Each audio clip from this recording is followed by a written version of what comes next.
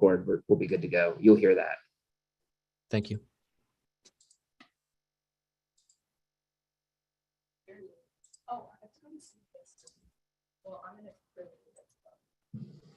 Thank you, Andrew. Thank you once again. Good afternoon, early afternoon, that is. My name is Kevin. I'm with the UDO team in Charlotte's Planning, Design, and Development Department. Thank you for being here for today's OAC meeting. We've got a good handful of topics that we wanted to revisit and dive deeper in discussion with you on, as well as an engagement update that we'll be providing. Before we get started, I'd like to go ahead and throw it over to our interim director, Allison, for some opening remarks. Allison. Thanks, Kevin. Thanks everyone for being here today. I know Tony sends his regards. I think he will join us late, but he is unable to join right at 11:30, so we may close out with Tony. Just wanted to kind of give a quick overview of some of the topics we're going to talk about today. So we're going to go over the bonus system, talk about building heights, transitions, and then what happens once the UDO is adopted. What does that look like, and what does the effective date look like, and kind of what we're thinking. So just wanted to say again, I appreciate all of your time. Apologies again for the later notice and meeting notification, but we're all very running hard these days, working towards getting the next draft out there, which is we're hoping sometime later in May.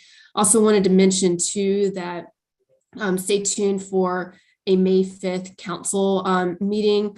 I believe it'll be from 3 to 5. We're going to be bringing forward some topics to council and some recommendations that staff has on those topics for council discussion in advance of the next draft coming out later in May. So stay tuned for that and watch it on Facebook or YouTube when that gets closer. So, and with that, I will turn it back over to the UDO team. Just wanted to say thank you for your participation and input today. Great, thanks, Allison. 1 second as I pull up the presentation and we'll get started.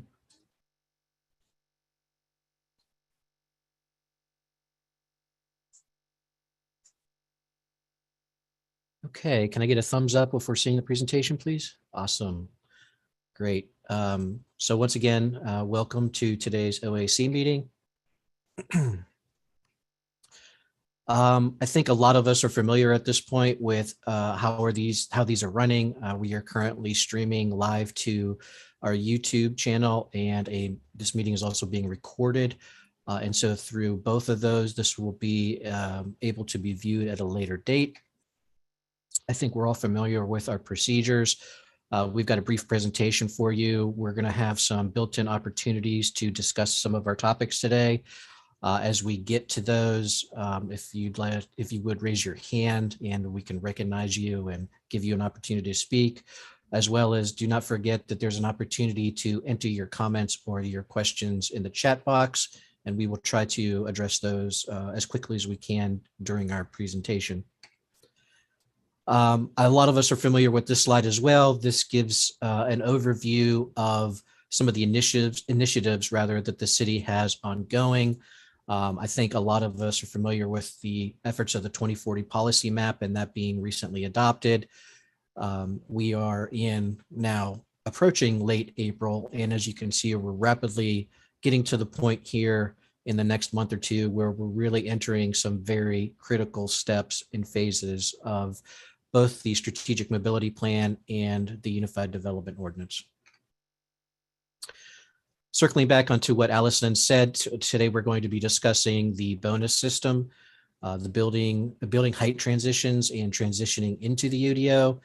And these topics were selected based on the feedback and the comments that we heard from you on where there was a desire to have a little bit more discussion and to circle back to and revisit.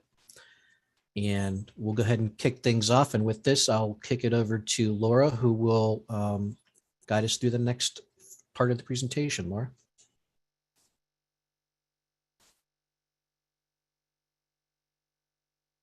Laura, you're either frozen or muted. Thank you, Kevin. I think I'm on slide. I'm sorry, you cut out for just a second, Laura. What was that?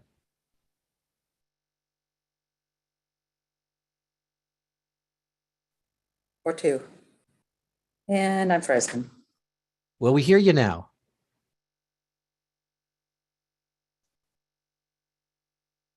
Laura, it looks like you're with us. I am now. I think we skipped a.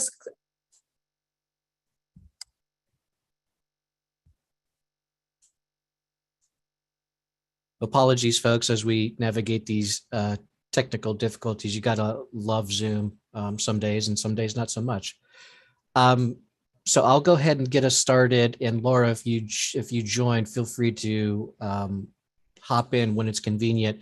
The first thing we wanted to visit is the bonus system, and really the bonus system presently that is in the UDO is based on the established bonus system that we did with the TOD, the new TOD zoning districts.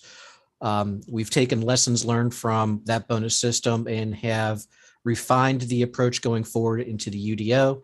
And so you see here, we've got, they're broken out rather into different areas of options for economic mobility centered around affordable housing and the inclusion for meeting Charlotte business inclusion targets. There's 16 zoning districts for which bonuses are an available option. You can see here the on-site provision of affordable housing and off-site provision for affordable housing with fee in lieu or off-site housing and land donation options. Excuse me, I was looking at something. And then also a new option going forward is an affordable housing equity energy efficiency home rehab project, which is a fee program. Also a new option for the bonuses is an enhanced micro mobility facility, specifically with regard to electronic mobility lockers. And for anybody not knowing specifically what those are, you can see what the definition is under that option.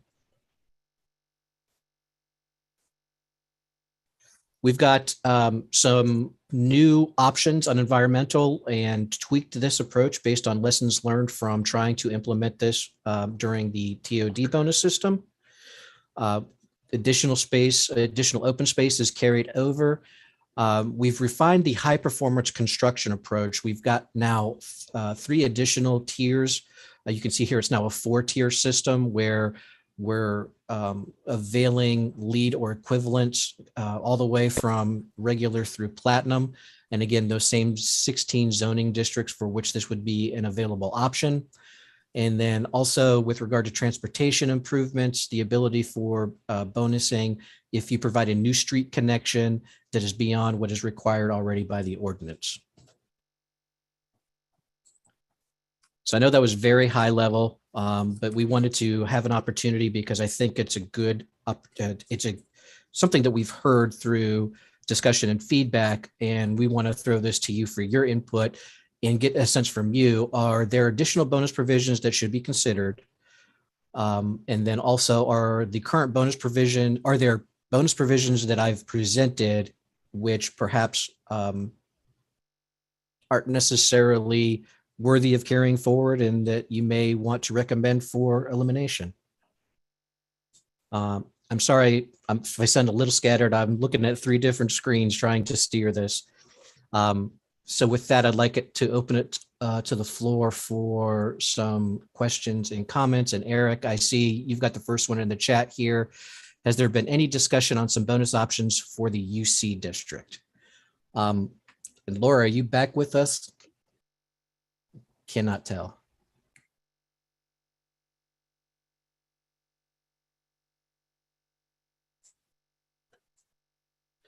Well, I've got limited. I'm privy to not the entirety of the conversation with regard to whether bonus provisions have been considered for the UC district.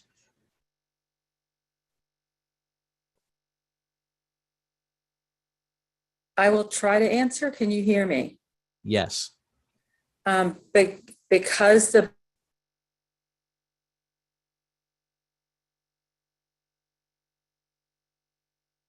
bonus is forced entirely based on height, and because council decided not to limit height in Uptown for the UC district.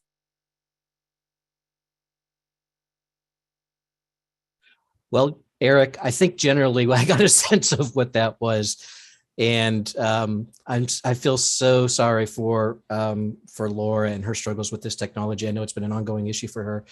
But what I've gleaned from Laura's answer, and I'm sure you have as well, Eric, is since council has said that, well, firstly, the bonus system is centered around height.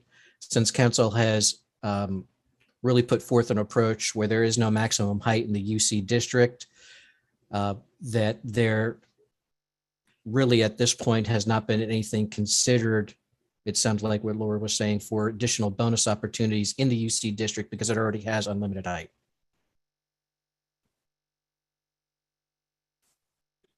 I'm sorry, Eric, it looks like you were saying something, but you were muted. Yeah, I added a chat. I was aware of all that. That's why I was asking. I was asking that question was if there was additional options to overcome all of those, beyond the height, since it is unlimited, but to not miss the opportunity to capture, benefits that could be done in the uptown core for exchange for something else. And that's why I was just wondering if there was any discussion around that. Well, that's actually, I appreciate the context and those comments. And so that's actually kind of, I think, what we're asking of you, right, is like, what are those additional opportunities? And certainly, Eric, if you've got some that come to mind that you'd like to offer, we'd love to hear those. You can, give that to us verbally or into the chat.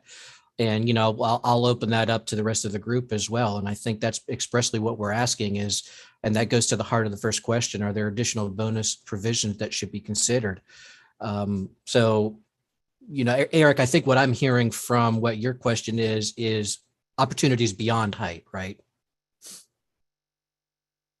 Yeah.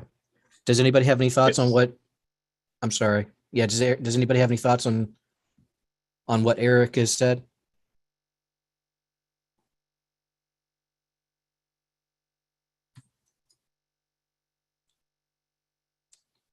Eric, do you have any?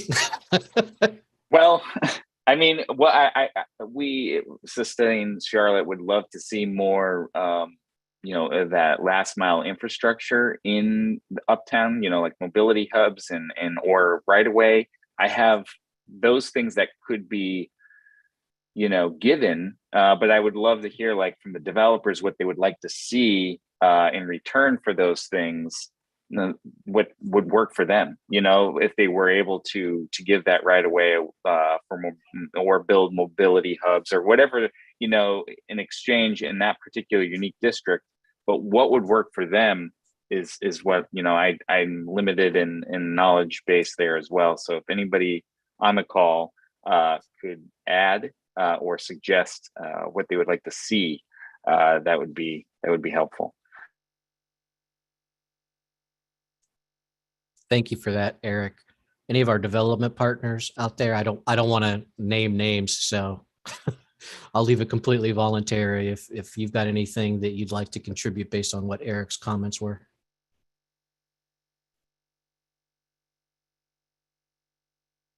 As we ponder this, John Morris. Go ahead, John. I'll throw out there. I mean, the key to us, from the developer, from the practitioner standpoint here, is the UDO will clearly add costs. Things are going to become more expensive. So, I call that the numerator of our little equation, and the denominator is our density.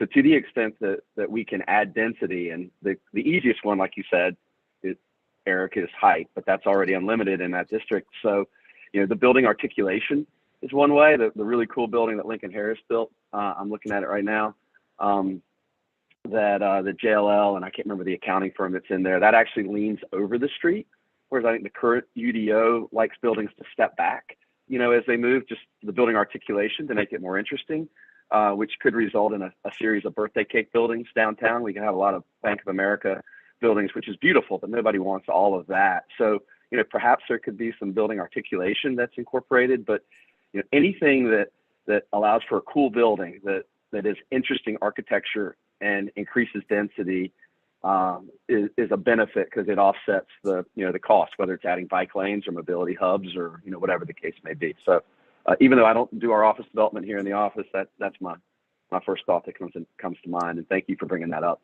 Eric. Thank you, John. I appreciate that. Those are good comments. Anybody else have anything to add? Switching gears briefly, we've talked about perhaps identifying additional opportunities for where bonus may want to be considered. The second question here is the opposite of that, right? Is there anything in the current bonus system as proposed that seems out of place or not appropriate that maybe not is worth carrying forward? Kevin, I'm could going- you flip back to that screen just so that we could look at it? Yeah, That's a absolutely, sort of John. And it's a big question, and not having Yeah. anything to reference makes it difficult, at least for me. no, absolutely. And I appreciate you bringing that up because that's an awesome segue, because I had that request from some other attendees on the call as you ponder this. So permit me 1 second. So here we've got the economic mobility provisions, again, centered around the affordable housing options, as well as the Charlotte business inclusion targets being met, as well as the enhanced micromobility.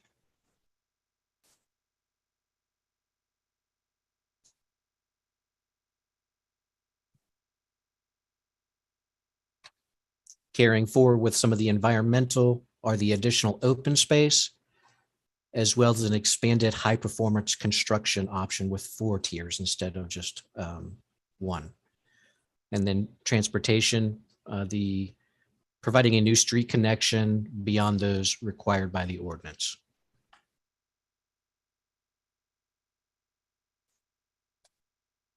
And if I need to flip back again, feel free to give that feedback. But any feelings on these as appropriate development bonus options?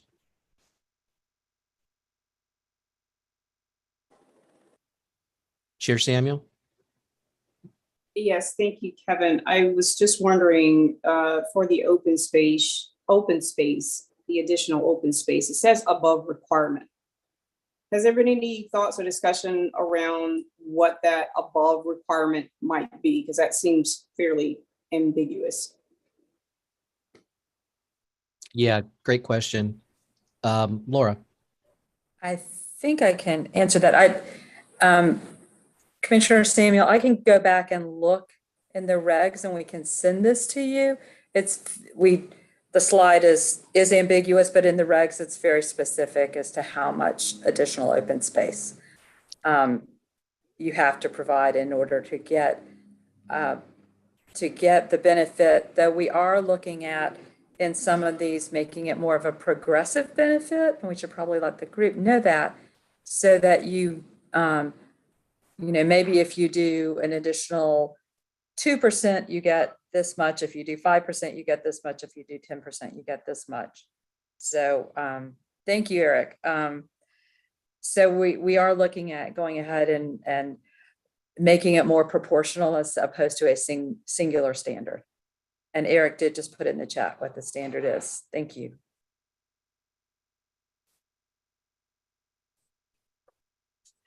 Thank you both. Any additional thoughts on the current proposed bonus system?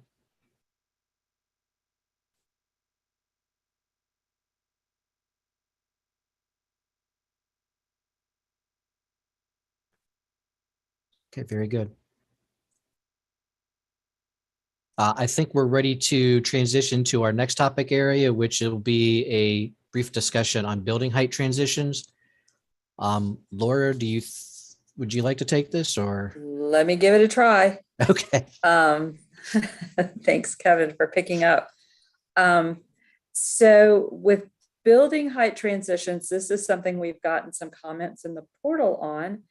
And I know that height all around and in many different perspectives is a big issue.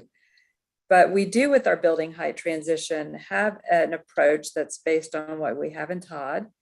And what we say is, this is really the transition from the neighborhood 1 place type to our more intense development areas. So we have in almost all cases, a 65-foot maximum height when you're within 200 feet of residential uses or vacant land in a neighborhood 1 place type.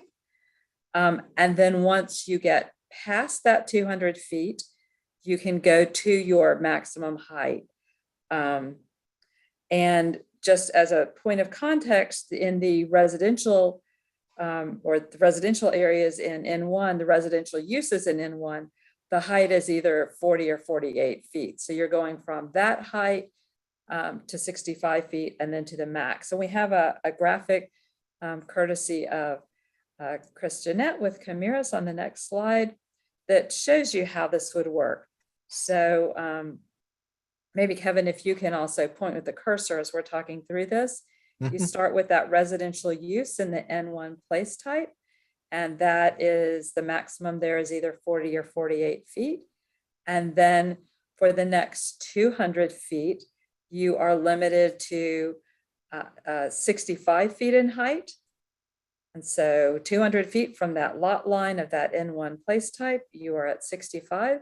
And then after that, you go to the maximum district height, whatever that may be, because that varies by district. So, excuse me, what we'd like to know from you all is this height transition approach appropriate? And are there any recommended changes? And if so, what are your recommendations for change?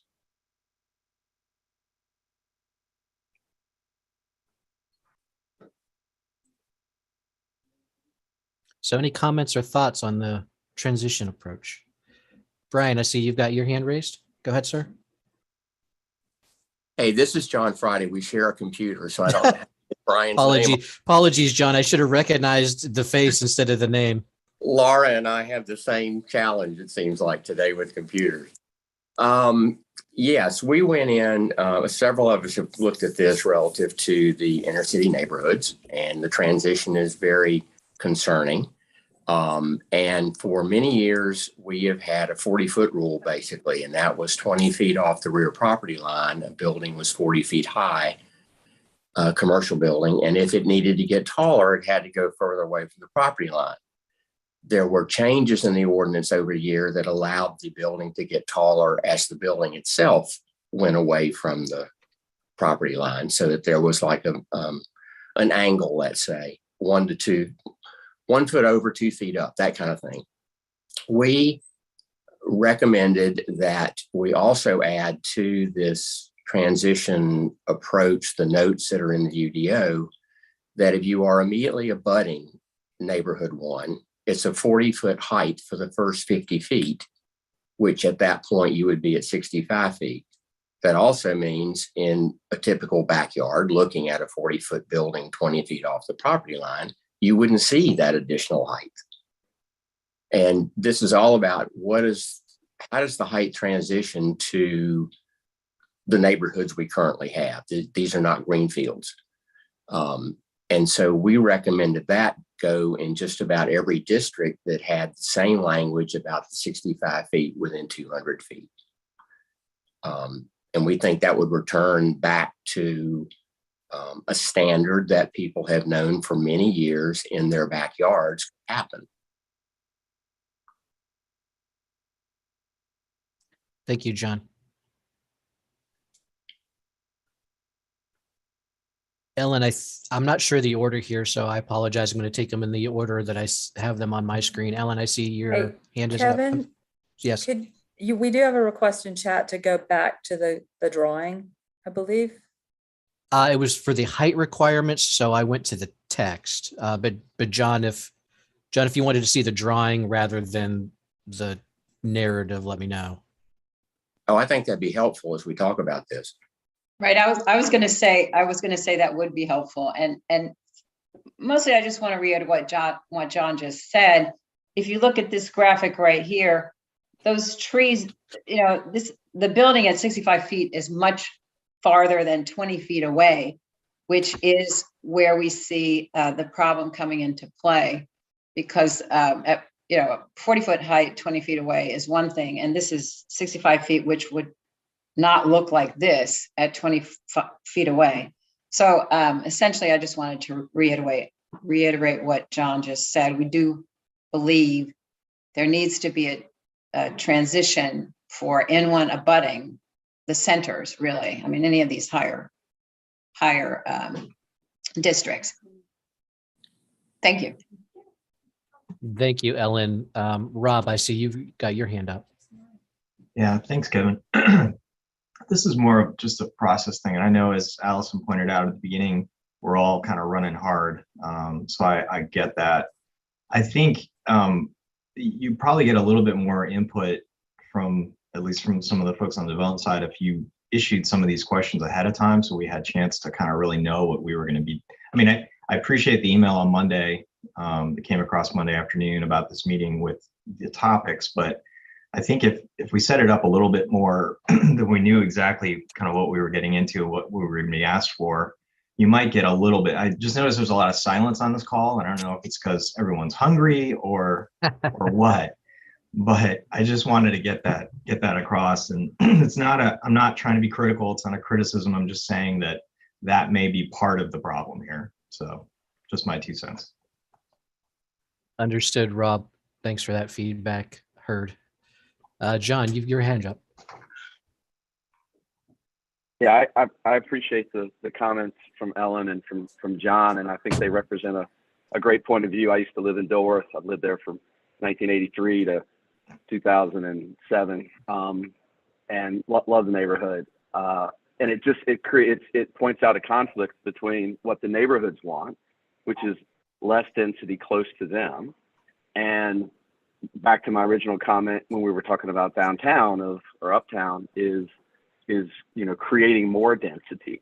And what we have been told by staff is that the new placemat will create more density. And I think that's true largely because many of the single family lots can now be used for duplexes, triplexes, or quadplexes, because height limits are in some places less. But this is just a decision where we as a city, somebody's going to have to decide, do we go with the old standard of 40 feet, or do we densify our city so that we can create more affordability and pack more residents where the infrastructure is, as opposed to those 2 stories you wouldn't build if you took it from 65 feet down to 40 feet. Those people are going to go somewhere, and they're going to go into a greenfield site and create sprawl. And additionally, the city will lose that annual recurring tax revenue that would be present from those 2 new stories. That, the idea is that new tax revenue, that incremental new tax revenue, gets bonded and distributed equitably across our community, not equally, but equitably to the areas that need it, whether it's bike lanes, whether it's certain underserved neighborhoods. So I hear exactly where John and Ellen are coming from. And the counter argument, hopefully I've articulated it. And that's just a decision that we as a community need to make. And I'll close with that. Thank you for those comments, John. And I see Ellen's raised her hand again, and I see and I recognize you, Ellen. Give me just 1 second. We've got some comments that were in the chat that I'd like to get to before I get over to you. Keith McVeigh entered in the chat. Should the standard only be implemented when single family use in an N1 district versus any residential use in the N1 district? So Keith's point is it currently is written, it's a residential use in an N1 place type. And the crux of the question, as I gather, is should that be tailored down to where it's just single family residential use and not just any residential use in that place type? Keith, I hope I've articulated your question correctly. Feel free to jump in if I've not. You did, Kevin. That's the question. I think the current standard in the TOD districts is the 65 feet applies to single family use in a single family district. The new standard seems to amplify that to other residential uses beyond single family when located in an N1 district. So just questioning whether that's, that do we need that? If it's really like the image shows more about single family, maybe the standard should be implemented at when it's single family use in a single family district. Great, thanks for those comments. Laura, I think you had something to say? Well, I just want to say, I think because in single family, we don't have single family districts in the UDO anymore. So we would have duplexes and triplexes and quadruplexes accommodated. And maybe those are the ones that we should be looking at. We do have also one district that would allow small multifamily and townhomes. And so maybe we don't capture those as much as really focusing on those uses that we think would be in the more traditional single family pattern, though not Yeah. necessarily single family. So we may want Understood. to also include duplexes, triplexes, and quads. Yeah, I think if you could define residential uses a little bit more specifically, because it could be a multifamily use, like you mentioned, even though it would be a small multifamily community, it still would implement the 65-foot max. That's a thought. I'd be interested to hear what others on the call think about that. Of not being as broad as all residential, that almost all residential will be single family through quadruplex, should be an N1. Any takers specifically on that point?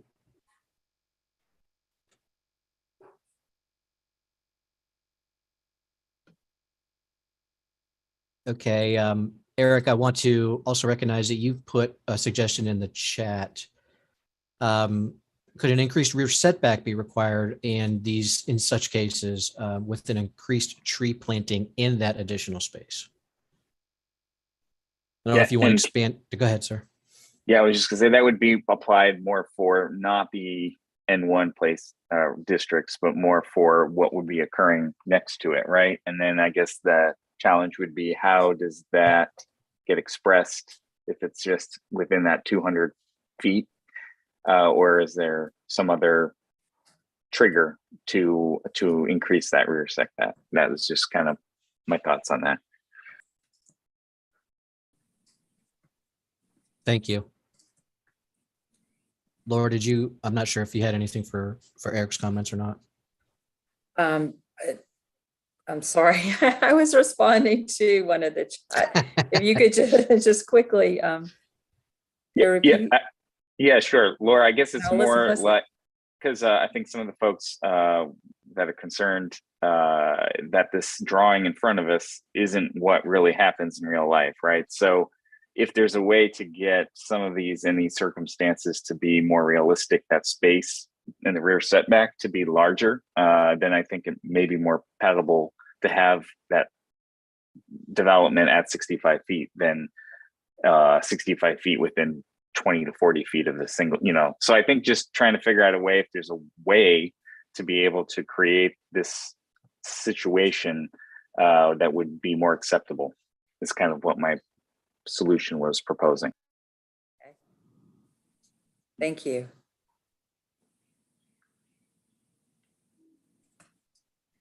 Okay, Ellen, circling back to you.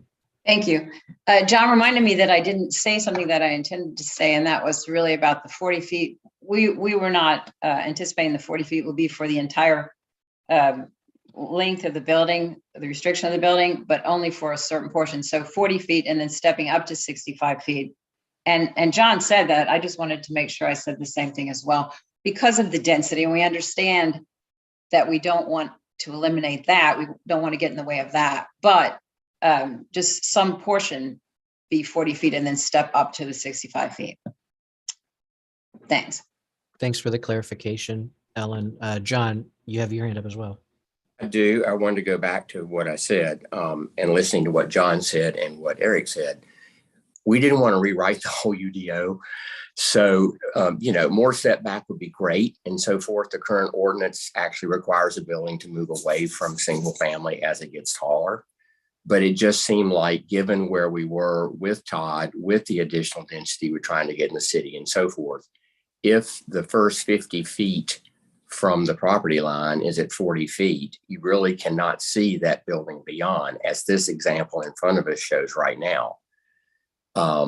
And so it was a very simple way to, let's say, reassure neighborhoods that they still have in their backyard what they were always going to have. But what happens 50 feet away is different and it's increasing. So it seemed like a simple way to change about 5 notes in the UDO and correct historic district and other issues that council had talked about. What is this going to do to those? It's back to where we were for the first 50 feet. That's why we came up with the wording. Thank you for the extra context, John. Appreciate it.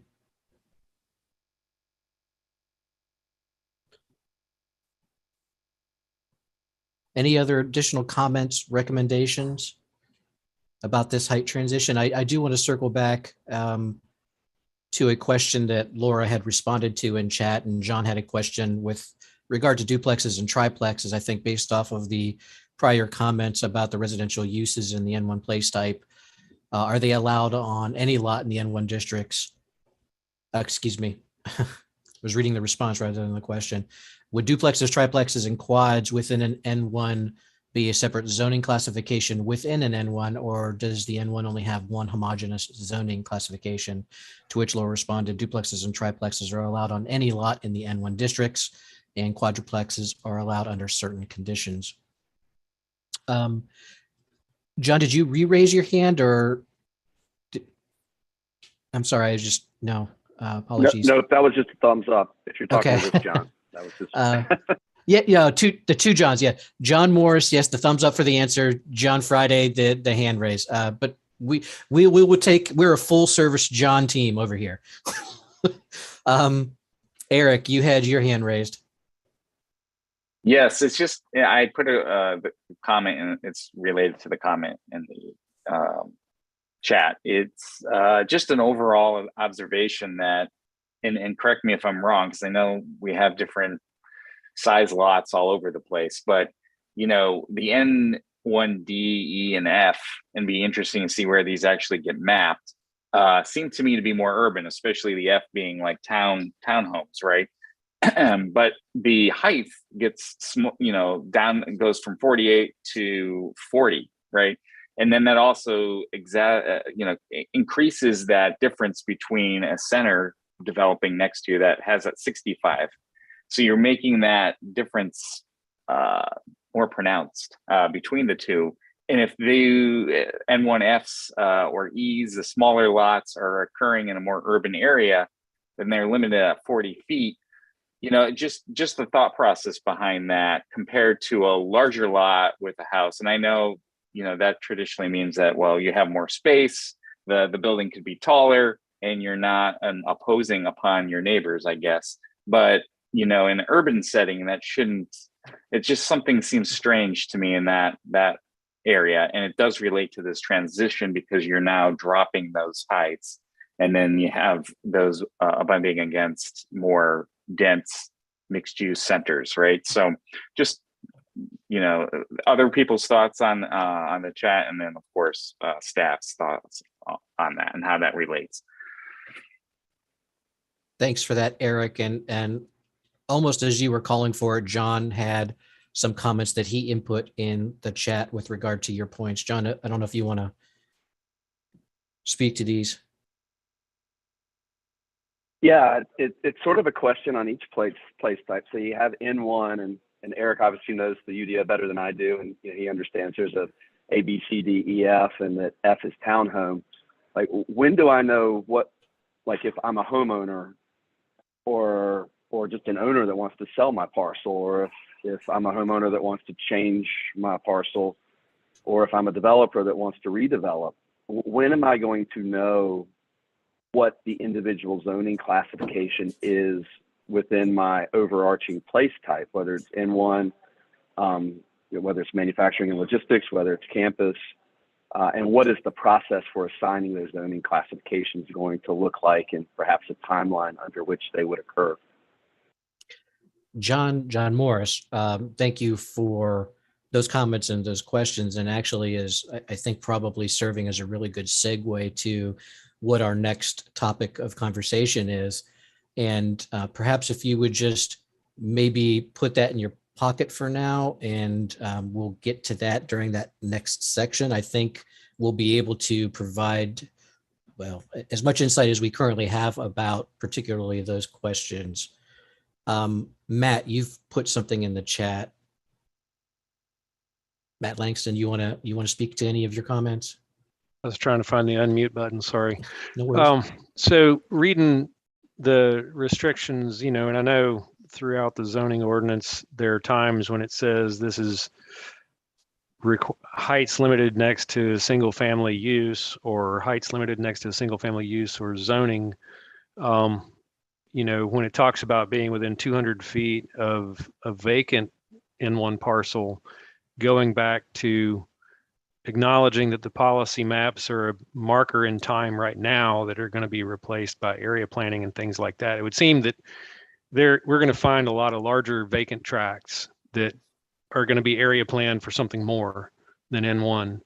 And if you're within 200 feet of those, maybe the height restriction isn't the right answer. I think if you're next to a, quarter acre vacant parcel, the likelihood that it's going to be residential if it's N1 now is probably pretty good. But, if it's a 20-acre parcel, it may be something different. And it might be excessive height restriction around those pieces. Just a thought. No, I can Can I jump in on this one? Yeah, no, please go ahead. Because we actually were working with Camiris yesterday on adjusting that language to put a limit on the size of that N1 parcel, isolated N1 parcels, for exactly the reason you said, Matt. Okay, great. So like if you've got a 3rd-acre empty lot next to you, it applies, but if you're next to a 10-acre vacant lot or something like that, maybe it doesn't. Exactly. Yes. Good. Okay, great.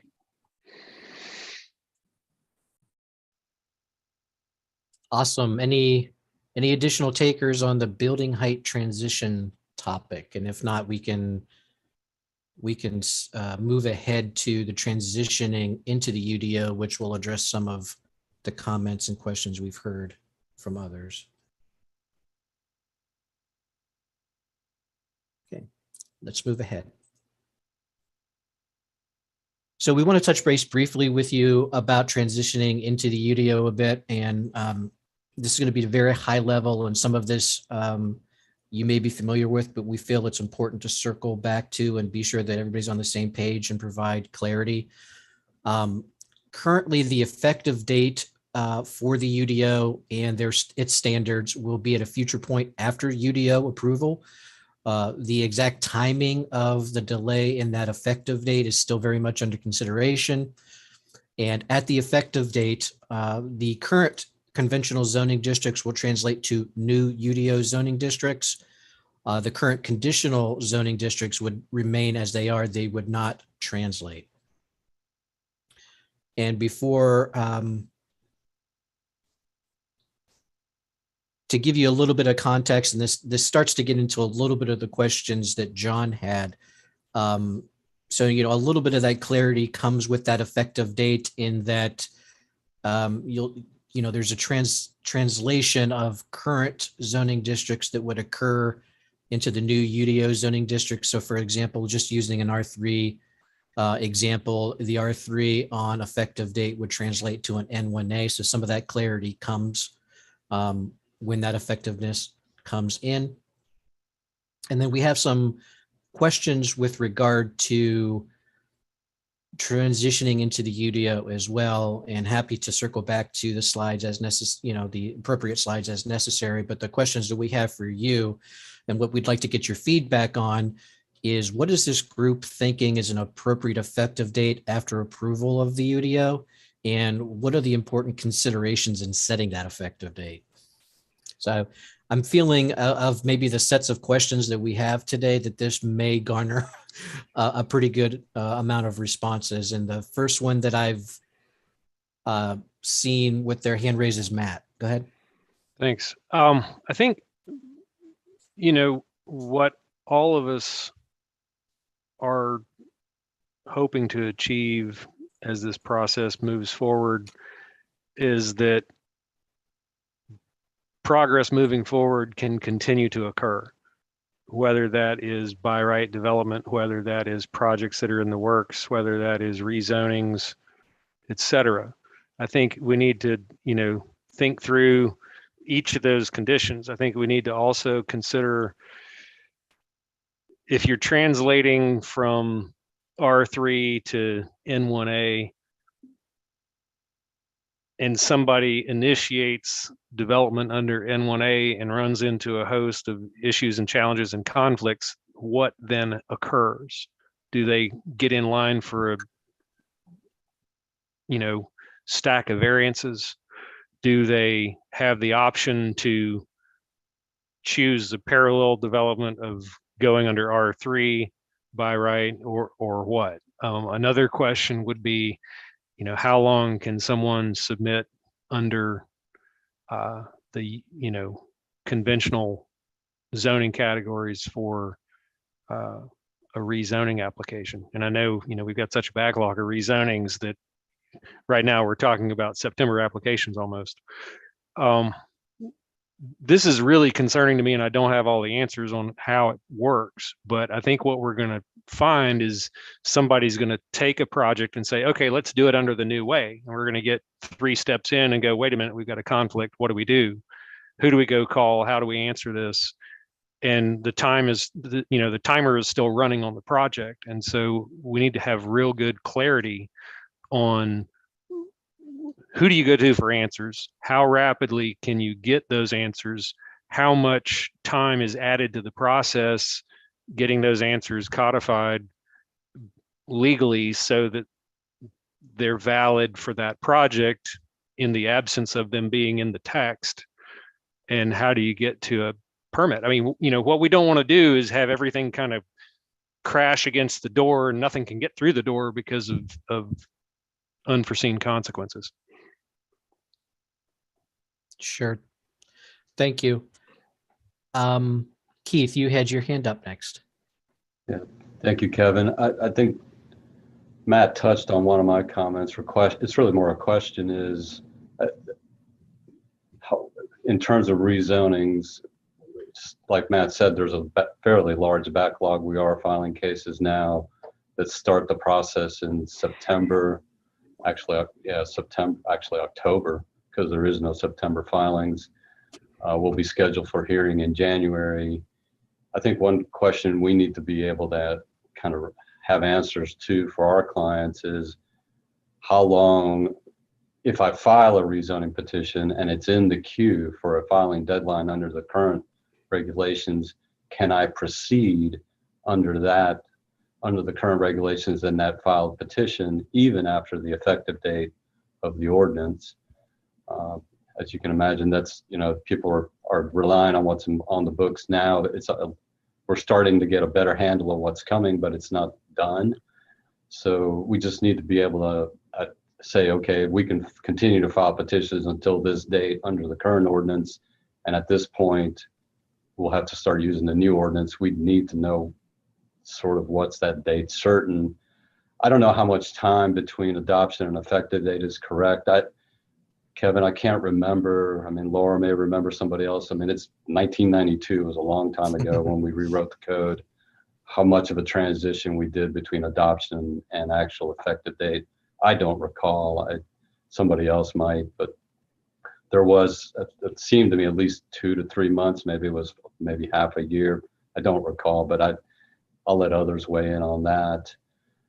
I know in the past, what has happened when we're making these kind of changes to regulations, subdivision, post-construction, that we've given development proposals in the works time, if they've been submitted for approval and review and approval, there's been time given for those folks that have invested time and money to complete that process under the ordinance, which they filed either a petition or a building permit or land development approval permit for.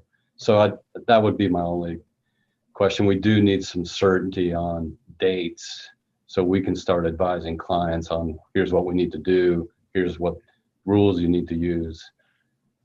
So maybe more questions than answers, Kevin, but hopefully that helps a little bit in terms of what we're looking for. All feedback Evan, helps, if I Keith. could Yep, jump go ahead, in Laura. and maybe answer, hopefully, and I know you guys need to see it in writing, so we're most of the way there. a couple of things that Matt and Keith have brought up. So let me start with the conditional rezonings.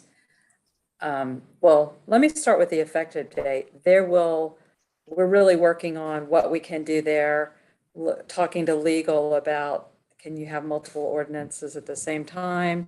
We're looking at how far out the effective date should be after the adoption. So that's what we wanted also to hear feedback from you guys on. And it's really that balancing of, we want people to be using the UDO, but we know people have projects in process. And I want to also, if I forget, remind me to come back to Matt's concern about you get in there and something doesn't work in the UDO. Certainly anything submitted before the effective date would be able to continue on under the regulations in place at the time for a certain time period, and we need to clarify that. But if you submit your plan before the effective date, that plan will be reviewed under the regulations that were in place at the time of submittal.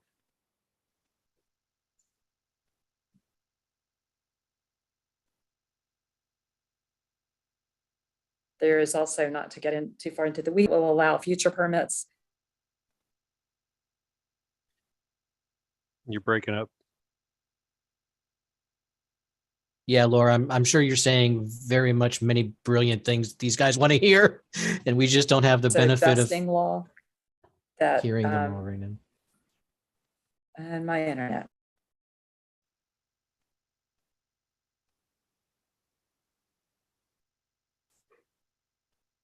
While we wait for Laura's internet to straighten itself out, Keith, I'm going to lower your hand. John, I see your hands up. John Morris, excuse me. Yes, thank you. And this gets to the quintessential question for me. I think we had a meeting back with Dave Pettin, and he was going to come up with sort of a transition plan, a flow chart, which is probably what Laura was referencing, is in the works. Seeing what that is important, because when we talked to Raleigh and we had that NAIOP event with the Raleigh planner, Ken, he said one of the key things is that the planners worked a lot with the plan reviewers and inspection folks during the pre-process, what we're going through right now before the adoption of the UDO.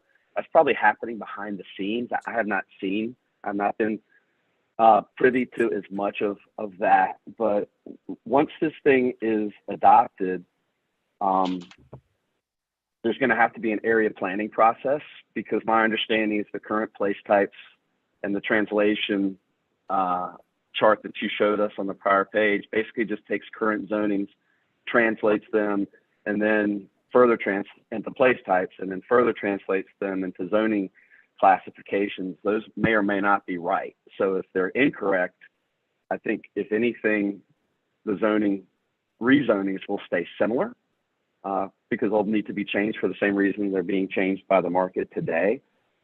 So do we have appropriate staff resources to allocate to area planning so that we can get the zoning classifications right? And in talking with staff, I've heard maybe that's a 2-year process. I know just from experience that there are many areas of our city that have not been area planned in decades. So how we'll do everything in the city and every zoning classification in 2 years, I want to see that. And it certainly is going to take more staff resources, which I think every neighbor, environmental group, and developer practitioner should support Allison and her team with City Council on getting appropriate staff. And then, as Kevin mentioned, once you decide to submit a plan, I think there might be a state statute that requires for a dual process for some period of time, but I'm not an attorney, I don't understand that. But if you have a dual process where you can either submit under the new UDO or the current zoning, that's going to take more people as well. So who are the people that are going to fill those seats?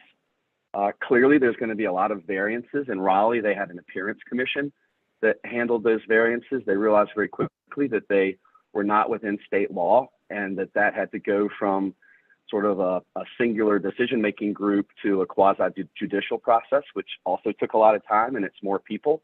You know, are we expecting our current variance committee to handle that, or is that a new group? Text amendments, Raleigh said they had a raft of text amendments. We've experienced the same thing with TOD. I think there were 2 or 3 sets of text amendments soon after that was adopted. Those are going to take time. And then again, if rezonings, because in the interim, while all that is happening, if there's an increase in the number of rezonings, we need more staff for that. So I think there's a little bit of a chicken and an egg, as you're asking us, when should the implementation date be, or after the adoption date? And I would say, show me your plan in writing and tell me how you're going to allocate staff and hire new staff in this labor environment to appropriately handle this tidal wave of work that's gonna hit everybody, and still provide service so that we can get permits through in a similar time frame as we can today. And that concludes my comments. Thank you for those, John. I want to pause here just briefly because I think Laura has joined us by phone, hopefully to get a better connection to be able to provide comments. And then I also, depending on her availability, may have wanted to, depending on Allison's availability, ask if she wants to jump in, because I know that this is something that she's been privy to as well. But Laura, I think you came off mute on your phone if you want to jump in. Thanks, Kevin. Can you hear me? Yes. Okay, good. And you're not getting reverb. Great. Or you are? No, we are not. But to give you context, the prior comments that you were making, we only caught about half of that at best. If you wanted to kind of reset from where you were. Yeah, and I'll try to remember all the things that I've heard through the internet instability on my end. I apologize.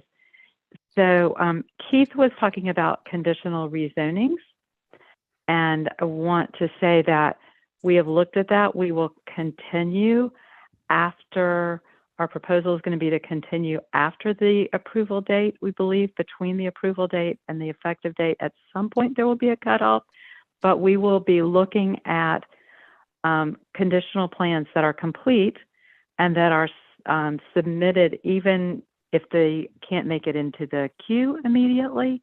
So we don't want to frankly penalize people just because we have a large backlog. That is really truly no one's fault. It's just the ability to process and actually counsel to respond. So that is, I just wanted to mention that. I think I mentioned also about permit choice and coming in before the effective date, submittals before the effective date. Permit choice gives some flexibility there, as well as vesting. And we are talking to the attorney's office about what we have been requested to consider, which is that we allow the UDO and the current regulations to be in place simultaneously for a time period. So we're checking with them on that topic as well. Great, thanks. Now I guess really if you've caught any of John's comments, he provided a lot of great feedback, but again, touching base on really the discussions had previously with Dave and concerns about staffing for the tidal wave of things that will be coming forward, and really expressing a concern. And John, I don't want to put words in your mouth, but really it was kind of like, show me how you're going to do this, and I can give you more substantive feedback. Sure. Yeah, to summarize quickly, Laura, there's a you. lot of work that has to be done around area planning, which we're decades behind that in our community, so that we can make sure that we have the correct zoning classification on all parcels, not just the current translation. So area planning is a massive task. You're going to have the dual permit process that you mentioned with the UDO, as well as the legacy zoning processes.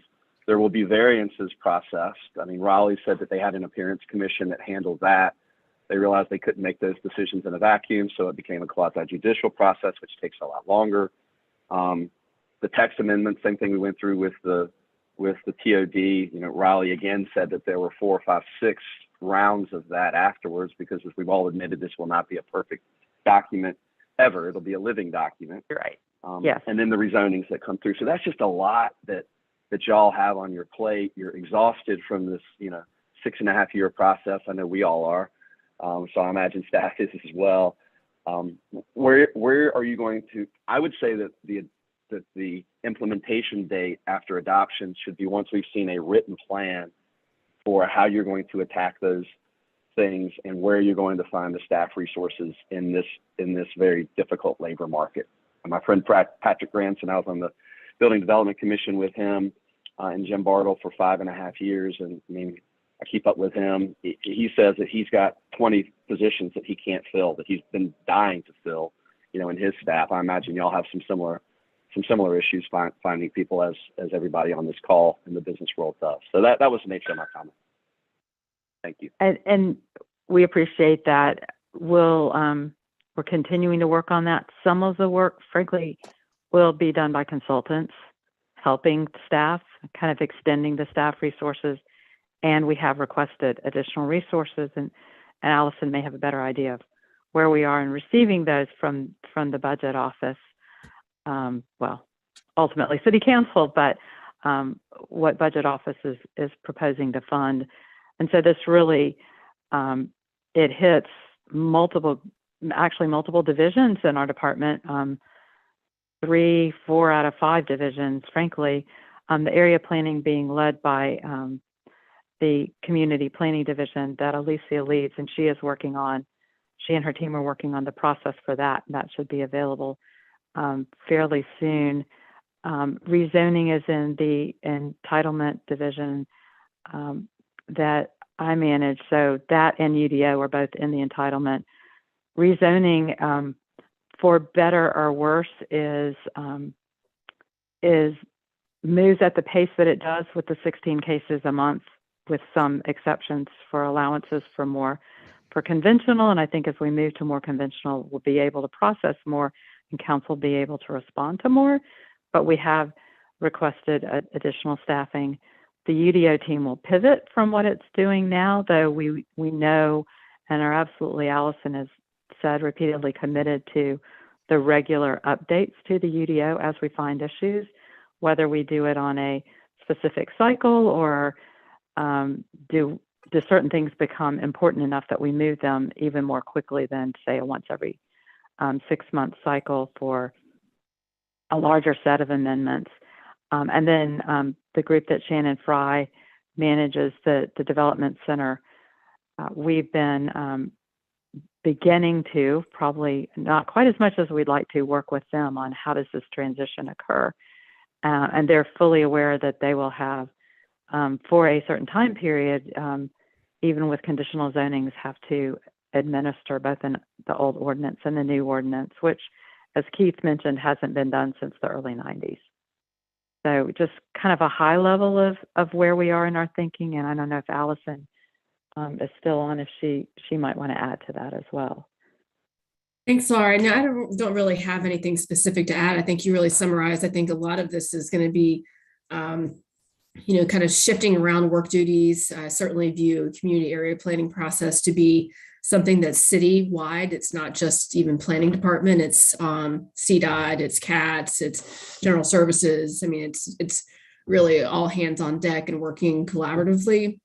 We certainly have consultants that that we will be working with as we move through the different phases of this, and we're working with the manager's office on potential other resources that we might utilize either this fiscal year or down the road. So definitely all things that are top of mind for me for sure these days.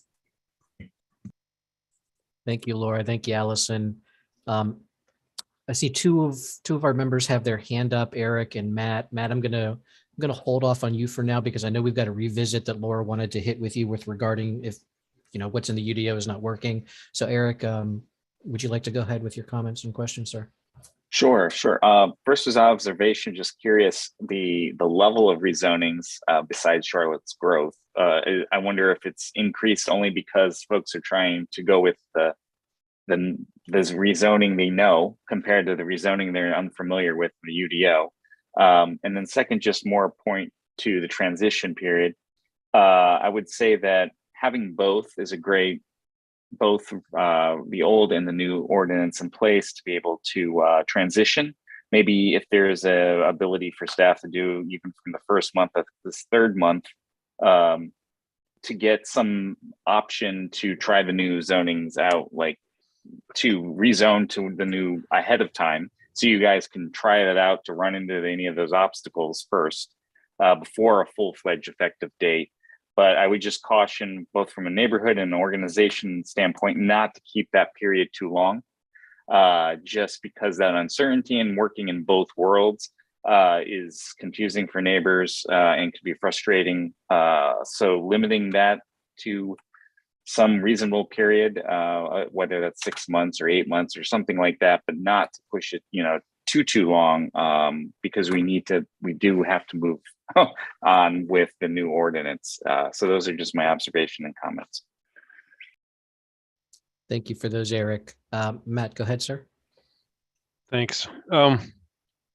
So just a couple of comments about the anticipated process. I fully agree with John Friday that we all need to get behind Allison for as much staffing help as she can get, because this is going to be a heck of an undertaking. John mentioned the Appearance Commission in Raleigh. I had an opportunity to speak with a colleague in Wilmington. They passed a UDO recently. Their Board of Adjustments, they have a variance on just about every project. And so it's added 2 months to the process on everything while they gather up the pre-text amendment issues and conflicts and things like that. I think that the rezonings are happening just because of the level of development in Charlotte, and I don't think that that's going to stop. I don't think that the policy maps are going to slow that down either. I think that Dave's team with the rezonings should probably, there may be a way to have them work with Alicia's group some, so that as the area planning starts to get the ball rolling, it dovetails better with what rezoning is having to look at, because they're kind of having to look at people bringing a project in that doesn't align with today's policy map because that area hadn't been planned. And so the better we can give the rezoning team tools to work with to kind of steer the thought process in the direction of where we think area planning is going to go, I think the better that will be for projects in general. I was thinking, you have enhanced plan review for some projects, and it starts with a pre-submittal meeting. And I'm wondering if right out of the gate, some of these, because the first UDO project is going to need 7 variances because of things that have come up that are either unique to that site or things that we haven't figured out yet. And I wonder if having a pre-submittal meeting or offering a pre-submittal meeting as part of this process, so that people can kind of get out in front of some of this, would be a worthwhile thing.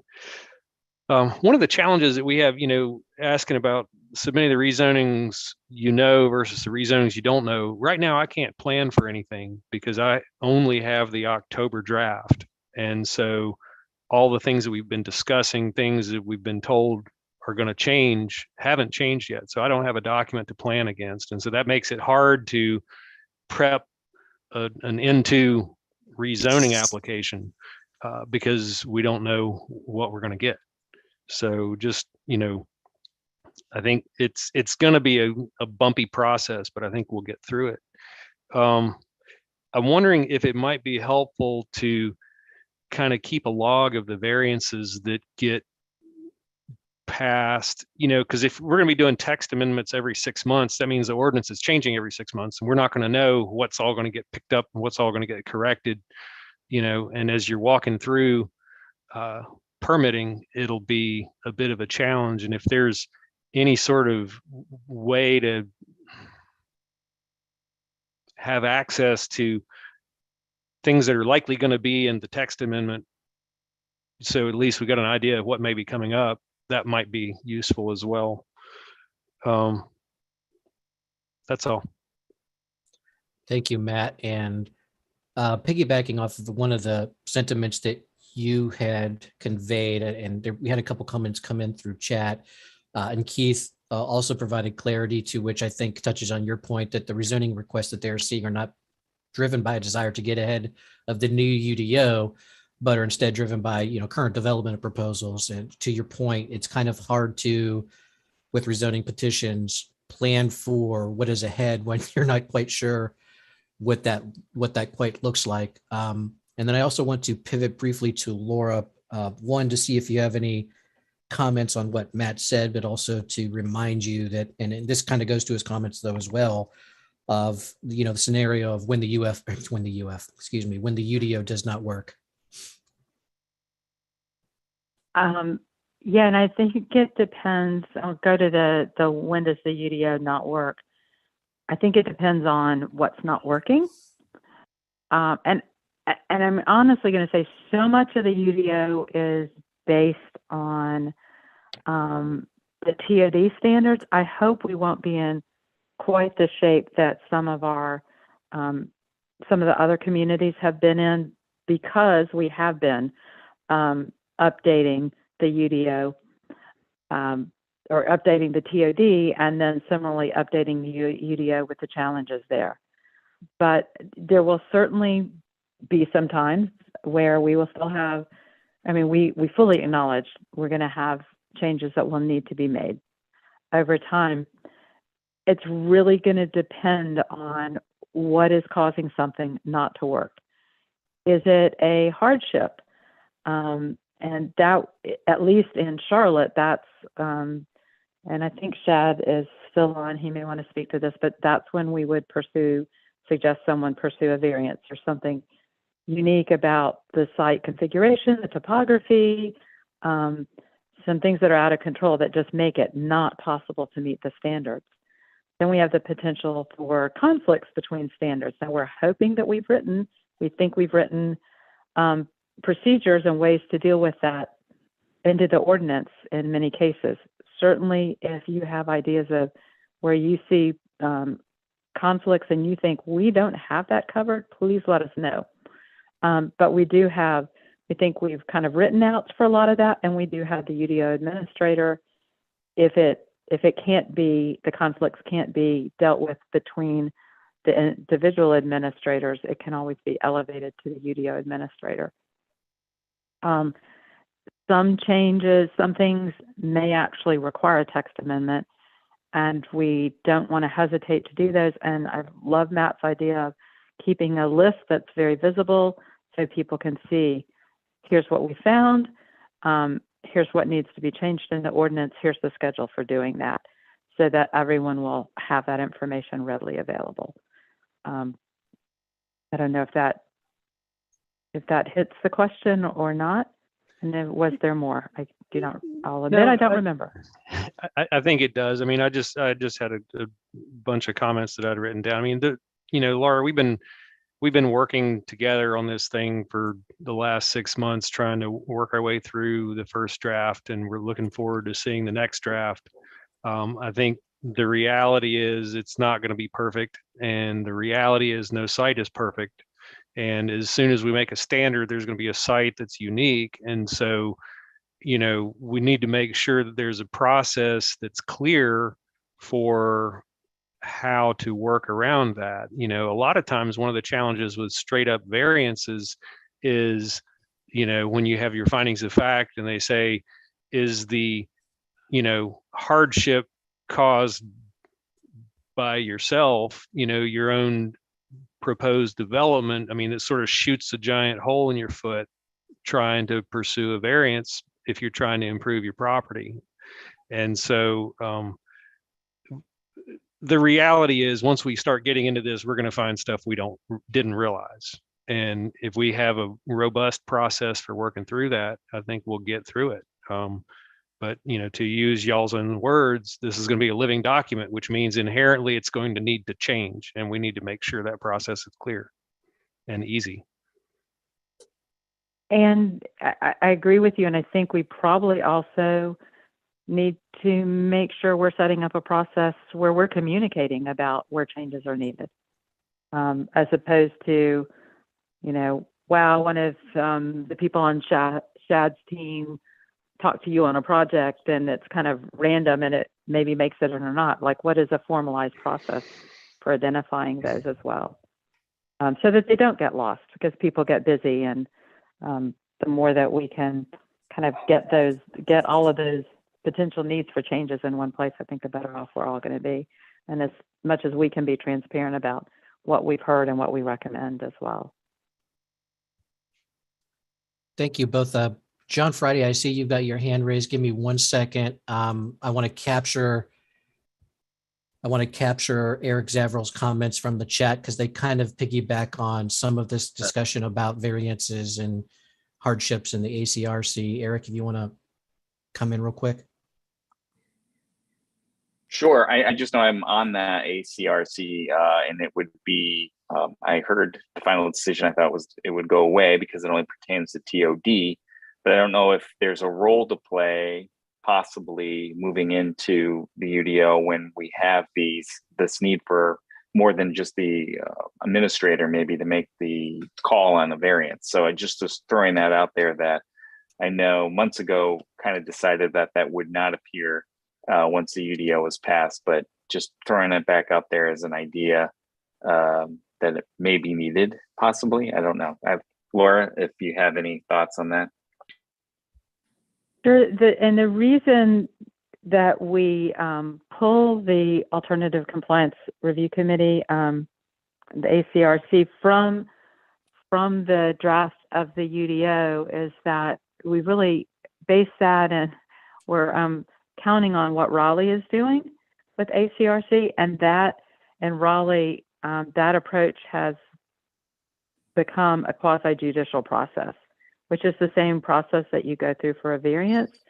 So what we have been trying to do is, with ACRC cases that we learn things from, to build those allowances into the ordinance so you wouldn't have to go through ACRC. I think we continue to do that in the future. Otherwise, if we kept ACRC, it would literally be the same process and the same level of, I'll call it inconvenience, that going through the UDO Board of Adjustment would be. So we thought having two boards really would be confusing to folks, and we would consolidate with that singular UDO board. Thanks, Laura. I just want to do a quick time check, and John, I'll get to you in just a second. Our team does have a bit of an update on engagement that we're excited to share with you. So after John's comments here, I think we'd like to move forward and review some of our engagement content. That does not mean that our conversation on these topics has to end. Obviously, we're available by email and or chat to hear and receive your comments, questions, and feedback. John Friday, sir, thank you for your patience. Laura, thanks. No, it's fine. Laura, I thought I heard on a TAP meeting or a council meeting that y'all were taking some projects that were through the process and looking at them relative to the UDO to see if there were any holes between what those projects were asking for and what the UDO was going to allow. And if you're not doing that, maybe that's something that some of the professionals on this call could actually help with, to see if there are some things that they see right away might be an issue. But other than that, I know this is very complicated. I think y'all are doing really well. Thanks. Thank you. Thanks, John, for bringing that up. We have had David Green with Perkins & Will has led a process that has been in conjunction with the UDO economic impact analysis to do site review, and has been working with some of the folks on this call, or some of the folks that are on the OAC that maybe are not able to be here, and has identified some topics, some issue areas that we are going back and looking at, and will on many of them make changes where there are challenges to development. Okay. So yes, that is the process that has been gone through to identify those issues. Thanks for bringing that up. Thank you both. And so what I'd like to do now is give you guys the opportunity to hear a few pieces on our engagement efforts, a brief recap on what we have been doing, and a skeleton of what we will be doing going forward. And with that, I'd like to introduce and or reintroduce one of our UDO team members, Mariah Wozniak, who will guide you through the next content. Mariah. Thanks, Kevin. Like Kevin said, we'll be pivoting and talking a little bit about public engagement. So first, I just want to highlight that our public comment period on the first UDO draft ended on March 18th, and we received over 1,250 public comments that staff are working on reviewing, have reviewed and considered, and we're working on getting our public comment responses posted as we speak. So at this point, like I said, staff has reviewed and considered each comment. Many of those comments did require additional review and study, but we are nearly complete with that. And those responses are posted on our website on a rolling basis. So we did have a large portion of those responses go live this past weekend, and we anticipate posting the remainder of our responses just as soon as possible. Thank you. Many of you were on board for these virtual listening sessions that we completed about 6 weeks ago. So we hosted listening sessions that were focused on 4 topics that really garnered a lot of interest during our public comment period, and also from conversations like these. So those conversations were about heritage trees, short-term rentals, neighborhood 1 zoning, and parking. And these sessions were really focused on listening to what community members had to say about each topic versus responding. And each comment was then entered into our public comment portal for staff to review and consider. Something we're excited to share with you all is that we have, in conjunction with corporate communications and marketing, created a new show on the Gov channel, which is called Charlotte's UDO and You. This is hosted by Interim Director Allison Craig, and she is often joined by some subject matter experts to talk about various aspects of the UDO. So in these pictures, she's joined by Chief Urban Forester Tim Porter, and they're speaking about tree protection standards in the UDO. So far, we have had 2 shows go live on the Gov channel, and they are available to be rewatched on YouTube. And there will be, I believe, 2 more shows set to air at the end of May and then in June, I believe. So we also would like to share some upcoming engagement that we have planned. One thing that we found really successful is hosting our sessions that we host on Zoom from both 12 to 1 and then again from 6 to 7. And that's something that we'll consider when we jump into engagement on the second draft UDO. So we will begin some virtual sessions that are aimed on explaining the key changes between the first and second draft. And these will take place late May, early June, and they will be more educational in nature, more of that virtual conversation style, like we did in the very beginning of our engagement last fall. In conjunction with that, we will also be hosting an open house at the Government Center. This is set to take place in the lobby on Wednesday, June 8th from 2:30 to 6:30 p.m. And this will be similar to our UDO open houses that were staffed by subject matter experts from various city departments. And we hope that these will allow for some one-on-one conversations with community members about specific aspects of the UDO and discuss the key changes set forth in the second draft. It's our hope that offering some in-person opportunity for one-on-one conversation will be helpful for community members. We know some prefer that avenue, but we have been intentional in our planning that some folks are ready to resume being in person while others continue to opt for the virtual platform. So staff will also be offering online virtual office hours where community members can sign up to discuss the second draft with subject matter experts from city staff. In that way, this online option will sort of be a supplement or an alternative for the open house at the Government Center. So we will arrange the schedule so that folks can sign up for a specific time slot to meet with staff. And we'll arrange the schedule so that the different topic areas will fall at different times each day to kind of align for different schedules. So people can talk to the staff members that they would like to, but also fit into their calendar. And lastly, we will be accepting comments on the second draft UDO. So similar to the first draft, we will reopen our online comment portal alongside the draft release. It should be noted, though, that based on community feedback on the portal itself, platform might look a little bit different. We're working to make some improvements and streamline the interface with the next draft. So in addition to the portal, hard copies and comment cards will also be made available at public library branches for those who find physical copies and comment cards useful. We are still finalizing the exact dates for the comment period, but staff will review and consider the public comments that we receive. And as we begin to understand the breadth and volume of those comments on the second draft, we will determine sort of the exact method for packaging and sharing those comment responses or overall comment themes. And I know, again, that the schedule has been talked about at length, but I still think it's helpful to see. So we are currently in the process of finalizing posting those public comment responses, and we are in the thick of preparing the second draft UDO, which will be released in late May, and then the public hearing set to take place in June, and then we will go to City Council for hopeful adoption in July. And then look forward to a future OAC meeting, coming in late May, where we will highlight changes to the second draft UDO.